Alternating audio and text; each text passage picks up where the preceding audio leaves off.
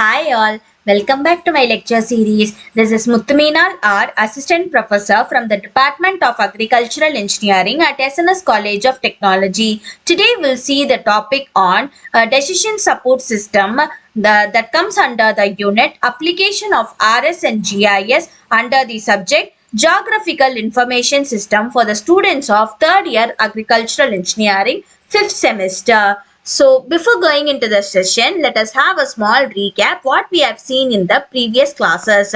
We have seen about crop acreage estimation, how we can predict the crop condition, how we can map the soil erosion data, how we can identify water resources inventory, and recently we have seen about precision agriculture. Today's topic are what is support system, how we can identify the decision challenges, the role of GIS and GPS, and application of GIS and GPS in decision support system in agriculture. So the decision support system usually provides a framework for integrating database management system, analytical models, and graphics in order to improve decision making process.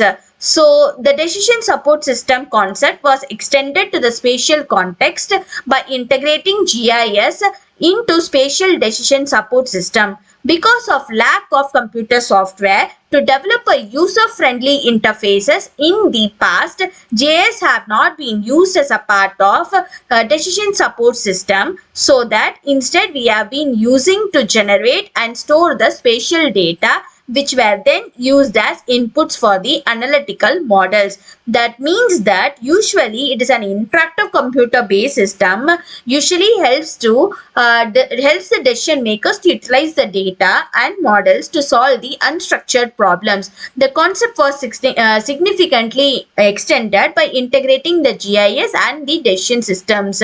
So why do we need spatial decision support system? As we all know that the increased food demands due to the high rate of population growth and major changes in political and economic and social systems have created an urgent need to develop new and revise many existing agricultural systems and practices.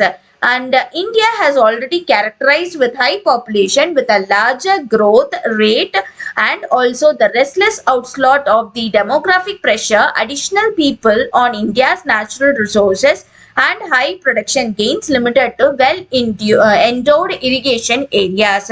So this is where the decision support system came into existence, because we have to integrate both the spatial decision support system and the GIS, so that we can use GIS as core tool, and along with the components and visualization, the insights that we have received from these could be used under technology convergence and then convert them into a decision making.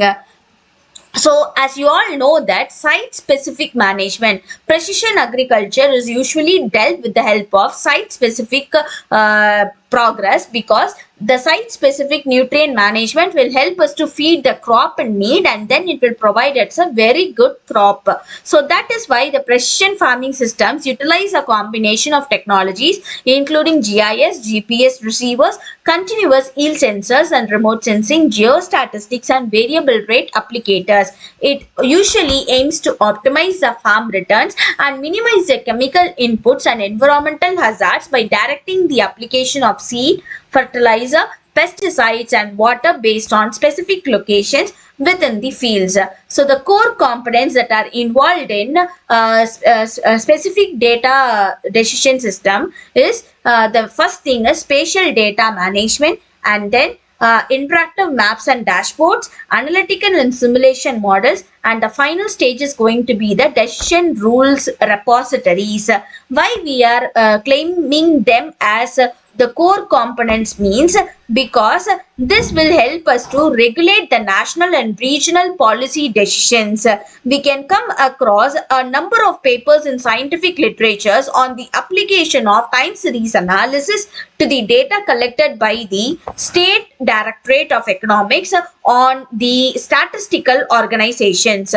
For example, Here I'd like to quote an example, that is, on the studies on agricultural growth and assessing the dynamics of cropping pattern, land use and livestock population, we have come to an existence that the data are available at district level, but the performed on the aggregate data at national or regional or state level depending on the study.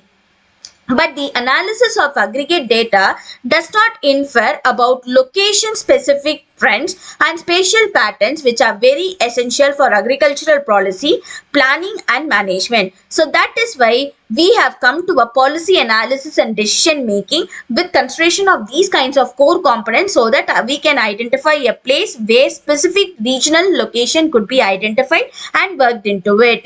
So with summarizing this, what we have seen as of now is how we can use GIS in decision support system in agriculture, and then how we can use this decision support system by integrating GIS, spatial decision support system in agriculture, and challenges and future directions.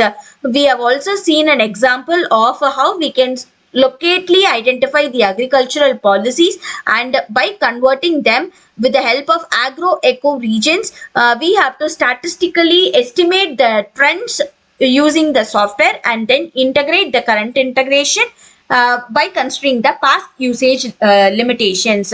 So this is what we have seen for today's class, and the assessment quiz for today's session is: why is the analysis of district level time series data with GIS considered superior to analyzing aggregated national data for agricultural policy making? The first option is eliminates need for standard statistical software. B is requires less data and computing power, but C is reveals location specific trends, because precision agriculture is most probably in keen note of revealing the location with the specific trend. So the answer is going to be option C. So these are the references that we have used for crop health monitoring, and see you at the next class. This is what I have prepared for today's class. Thank you.